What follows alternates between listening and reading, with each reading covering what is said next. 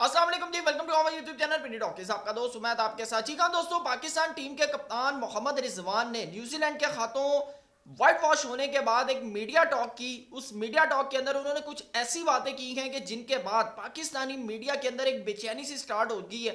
जी हाँ, बेसिकली मोहम्मद रिजवान का कहना था कि पाकिस्तान क्रिकेट का वनडे का मैं कप्तान जरूर हूं, लेकिन अभी भी बहुत सी पावर्स या बहुत से डिसीजंस जो हैं वो मैं नहीं कर सकता। ये कहना था मोहम्मद रिजवान का। जी हाँ दोस्तों, आपको बताते चलें कि रमीज राजा साहब के दौर के अंदर जब बाबर आजम पाकिस्तान के कप्तान थे वनडे, टी20 और टेस्ट के, तो आपको बताते चलें बाबर आजम के पास फुल इख्तियारात थे। जी हाँ, बाबर आजम के पास टीम सिलेक्शन से लेकर तमाम मामला, इवन के प्लेइंग 11 तक तमाम जो इख्तियारात थे वो बाबर आजम के पास थे। और शायद आप लोगों को पता हो कि उस वक्त बाबर आजम के ऊपर दोस्ती यारी का एक टैग भी लगता था कि भाई ये सिर्फ और सिर्फ अपनी दोस्ती यारी जो है, दोस्त जो हैं वो खिलाते हैं, या जिनके साथ बाबर आजम का बॉन्ड है सिर्फ वो लोग जो हैं या तो स्क्वाड का हिस्सा होते हैं या प्लेइंग 11 का हिस्सा होते हैं। अच्छा, उसके कुछ हमें फायदे भी हुए और कुछ हमें नुकसानात भी हुए। पहले मैं फायदों की बात करता हूं कि हमने 2021-2022 का सेमीफाइनल फाइनल खेला, लेकिन टेस्ट के अंदर अगर हम बात करें तो पाकिस्तान की परफॉर्मेंस बिल्कुल ही डाउन हो गई। और इसका एक और जो हमें नुकसान हुआ वो ये नुकसान हुआ कि ना तो हमने अपनी बेंच स्ट्रेंथ ट्राई की, ना ही हमने नए प्लेयर जो हैं वो हम लोगों ने बनाए। ठीक है, तो जिसकी वजह से बाबर आजम के ऊपर इन इख्तियारात का इल्ज़ाम ये लगता था कि भाई ये सिर्फ और सिर्फ अपनी दोस्ती यारी जो है वो खिला रहे हैं। तो उसके बाद आपको बताते चलें कि जो नए पाकिस्तान क्रिकेट बोर्ड के जो चेयरमैन आए, जिसके अंदर निजाम सेठी हैं, जिसके अंदर ज़का अशरफ साहब हैं और अब मोहसिन नकवी साहब, अब सिचुएशन ये हुई है दोस्तों कि अब कप्तान तो है, कप्तान यानी कि मोहम्मद रिजवान जो है वो कप्तान तो हैं, लेकिन मोहम्मद रिजवान ना तो अब स्क्वाड अपना फाइनल कर सकते हैं और ना ही प्लेइंग 11 में मोहम्मद रिजवान की मर्जी के प्लेयर खिलाए जाते हैं। यानी कि सिंपल इज डैट, आप ये कह सकते हैं कि मोहम्मद रिजवान सिर्फ हमने टॉस के लिए रखे हुए हैं कि पाइन जाओ तुम टॉस करो तो मैच खेलो। ठीक है, तो ऐसी सिचुएशन के ऊपर मोहम्मद रिजवान का बेसिकली कहना है कि भाई मैं कैप्टन तो हूं, लेकिन मेरे पास वो पावर्स नहीं है, मेरे पास वो डिसीजन नहीं है कि मैं या तो स्क्वाड सेलेक्ट कर सकूं या प्लेइंग 11 बना सकूं। क्योंकि आपको बताता चलूं कि जब चैंपियंस ट्रॉफी 2025 का जब स्क्वाड फाइनलाइज हुआ था ना,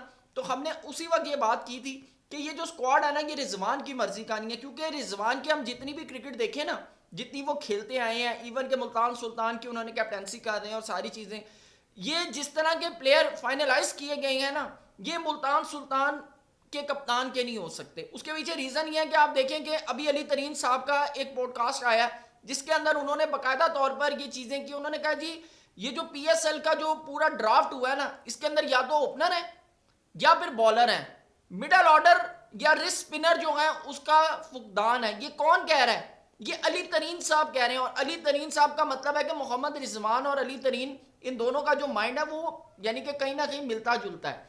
तो आपने ना इस चीज के ऊपर ध्यान रखना है। तो हम इसी वजह से, इसी बेस के ऊपर हमने ये बात की थी कि भाई चैंपियंस ट्रॉफी का जो स्क्वाड है इसके अंदर मोहम्मद रिजवान की मर्जी शामिल नहीं है। ठीक है, अब बेसिकली ये हुआ क्यों?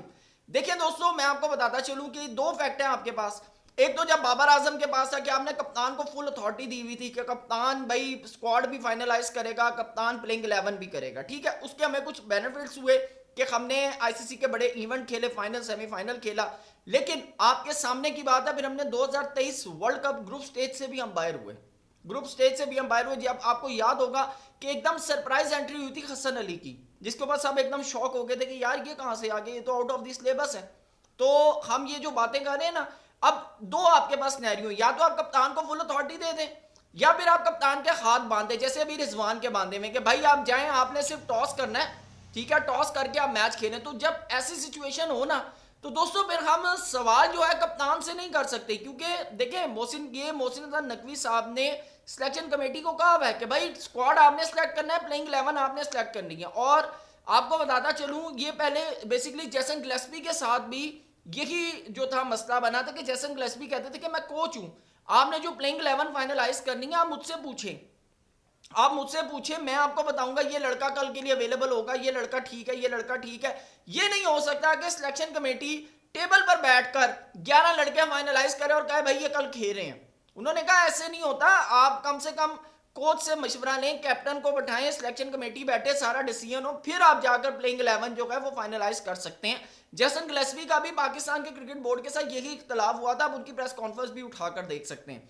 तो दोस्तों ये जो दो चीजें हैं ना, मैं आपको पहले ये चीजें आपको मैं पूरा ना बैकग्राउंड कवर कर रहा हूं कि ये सारी चीजें। अब आते हैं दोनों चीजों पर, या तो आप कप्तान को अथॉरिटी दे बाबर आजम की तरह, जिस तरह के जी बिल्कुल फ्री हैंड था बाबर आजम को, प्लेइंग 11 भी अपनी खिलानी है, सारी चीजें अपनी खिलानी, ये भी गलत है, ठीक है। दूसरा, आप अगर कप्तान के हाथ बांध देते हैं जैसे आपने रिजवान के बांधे हुए, ये भी गलत है। अब ऐसे में क्या है, ऐसे में देखें इसका जो बेस्ट सोल्यूशन है वो यही है कि सिलेक्शन कमेटी बैठे, कोचिस बैठे, कप्तान बैठे, और प्लेइंग 11 जो है वो इन तमाम की मर्जी से हो। खास तौर पर इसके अंदर ज्यादा जो इफेक्ट है वो कप्तान का इसलिए होना चाहिए क्योंकि ग्राउंड के अंदर ऑन फील्ड टीम कप्तान ने लड़ानी होती है, तो स्क्वाड और प्लेइंग 11 कप्तान की मर्जी की होना जरूरी है। ये नहीं कि आप स्क्वाड फाइनलाइज कर दें। अच्छा, इसके पीछे एक और जो सबसे बड़ा रीजन था वो ये था कि हम अपनी बेंच स्ट्रेंथ भी ट्राई करेंगे, हम नए लड़कों को भी इंट्रोड्यूस करवाएंगे। बेशक हम सीरीज हारते हैं, बेशक हम सीरीज हार रहे हैं, जो मर्जी, जो सिलेक्शन कमेटी के हाथ में जो पावर्स है ना, इसके पीछे जो मेन रीजन है वो ये है कि हमने बेंच स्ट्रेंथ भी ट्राई करनी है, हमने नए लड़के भी इंट्रोड्यूस करवाने हैं, और हमने जो है खास तौर के ऊपर अगर हम सीरीज भी आ रहे हैं तो हमने इस चीज का ध्यान नहीं रखना कि भाई हम सीरीज आ जाएंगे, हमने अपनी वो जो मेन स्ट्रेंथ है सिर्फ उसी को खिलाना है। नहीं, इसका ये मकसद था कि हमने अपनी बेंच स्ट्रेंथ भी खिलानी है, सीरीज आ रहे हैं तो ठीक है। लेकिन अब बात यह है कि आप सीरीज तो हार रहे हैं, तो फिर आकर आप लोग जवाब दें, ना कि कप्तान, ना कि नजला सारा कप्तान के ऊपर गिरे जैसे मोहम्मद रिजवान के ऊपर अब गिर रहा है, ठीक है। और यही चीजें जब T20 का फॉर्मेट था, जब सलमान अली आगा को कप्तान बनाकर भेजा था, तो उस वक्त भी हमने ये बात की थी, ये जो प्लेइंग 11 या ये जो स्क्वाड है ना, ये सलमान अली आगा का नहीं है। ये सारे जो जितनी भी डिसीजन मेकिंग पावर है ना, ये सिलेक्शन कमेटी के पास है। सिलेक्शन कमेटी डिसाइड कर रही है, सारी चीजें सिलेक्शन कमेटी कर रही है, कप्तान का इसके अंदर कोई रोल नहीं है। कप्तान का सिर्फ रोल है भाई टॉस करना और टीम मैच खेलना। तो ऐसे में क्या होता है, ऐसे में ये होता है कि भाई कप्तान को पता ही नहीं है कल केड़ा केड़ा लड़का है, कप्तान को पता ही नहीं है कल कौन कौन सा लड़का है, कप्तान को पता ही नहीं। और ये आप दुनिया की टीम्स उठाकर देख लें, दुनिया की टीम्स उठाकर देख लें, कहीं पर ऐसा नहीं होता। आप इवन के इंडिया की अगर आप बात करें, वो आपको शायद याद होगा T20 वर्ल्ड कप 2024 जब विराट कोहली को अजीत अगरकर सब स्क्वाड से बाहर कर रहे थे, रोहित शर्मा ने 2 घंटे की मीटिंग की थी कि भाई मुझे कोहली चाहिए। इवन के फाइनल के लिए जो प्लेइंग 11 थी ना, उसके अंदर भी विराट कोहली को वो नहीं ऐड कर रहे थे, तो रोहित शर्मा ने कहा था कोहली रन करेगा, अब इसको प्लेइंग 11 में एंटर करें। ये कप्तान के साथ डिस्कशन होती है जितनी भी बड़ी टीमें होती हैं। लेकिन पाकिस्तान के अंदर जो सिनेरियो है वो टोटली डिफरेंट है, और रिजवान इस वक्त इसी चीज का जो है वो उन्होंने कल शिकवा भी किया, जिसके ऊपर हमने बकायदा तमाम चीजें देख के हमने कहा कि यार नहीं, ये तो बड़ा मसला है। अच्छा, फिर उसके बाद क्या होता है, हमारी जो सिलेक्शन कमेटी है वो नए लड़के इंट्रोड्यूस करवाती है। जैसे आप देखिए, हमने कामरान गुलाम को इंट्रोड्यूस करवाया, हमने साहिबजादा फरहान को कराया, हमने 2-4 मैचेस खिलाया, और उसके बाद हमने उठाकर बिल्कुल साइड पे कर दिया। कामरान गुलाम को हमने बाबर आजम की जगह, बाबर आजम की रिप्लेसमेंट में एंटर करवाया, ठीक है, आप अंदाजा लगाएं। और फिर उसके बाद आज उनका कोई पता नहीं। जबकि जब सलमान अली आगा को इन्होंने कैप्टन बनाया था, तो मैंने उस वक्त ये बात की थी, लोग उनके स्ट्राइक रेट और इन तमाम चीजों को कह रहे थे, मैंने कहा था भाई इस लड़के की बुनियाद पक्की है, क्योंकि उनके डोमेस्टिक में 1700 है। तो अगर आप इसी तरह कामरान गुलाम का देखें तो उनका डोमेस्टिक में बड़ा अच्छा रिकॉर्ड है। और साहिबजादा फरहान तो अब आपके सामने है कि आप देखें कि पहले उनको किसी ने PSL के अंदर पिक नहीं किया था, इस्लामाबाद यूनाइटेड ने फौरन उठा लिया। क्यों? ये भाई आपका दिमाग उस वक्त क्यों जागता है कि जब आप देखते हैं लड़का परफॉर्म कर रहा है। आप लोगों को पहले क्यों नहीं नजर आता कि यार इस लड़के में करंट है, ये लड़का डोमेस्टिक का प्लेयर है, इसको करना चाहिए, इसको ऐड करना चाहिए। तो ये जो चीजें हैं ना हमारी सिलेक्शन के अंदर, ये बड़ी गलत है। कप्तान के साथ आपकी मुशावरत होनी चाहिए, तमाम चीजें होनी चाहिए। और मैं कहता हूं कि सिलेक्शन कमेटी से ज्यादा अगर कप्तान कह रहा है ना भाई इस लड़के को एंटर करें, आप उससे पूछेंगे ठीक है हम इस लड़के को एंटर करते हैं, आप हमें गारंटी देते हैं कि आप इस लड़के से परफॉर्म करवाएंगे। देखिए ना 2009 की बात है, जब पाकिस्तान ने T20 वर्ल्ड कप जीता था, मोहम्मद आमिर को यूनुस खान जिद करके लाए थे ना कि मुझे ये लड़का चाहिए, तो उन्होंने कहा था नहीं भाई ये लड़का, उन्होंने कहा नहीं मुझे ये लड़का चाहिए, तो पाकिस्तान फिर जीता था ना। तो ये चीजें होती हैं कि जब कप्तान जब किसी को खिलाता है ना, तो कप्तान फिर उससे परफॉर्म भी करवाना जानता है, तो कप्तान के पास इतनी राइट्स होने चाहिए। आप मेरी बातों से कितना एग्री करते हैं कमेंट सेक्शन में जरूर बताइएगा। Thank you so much, Allah Hafiz.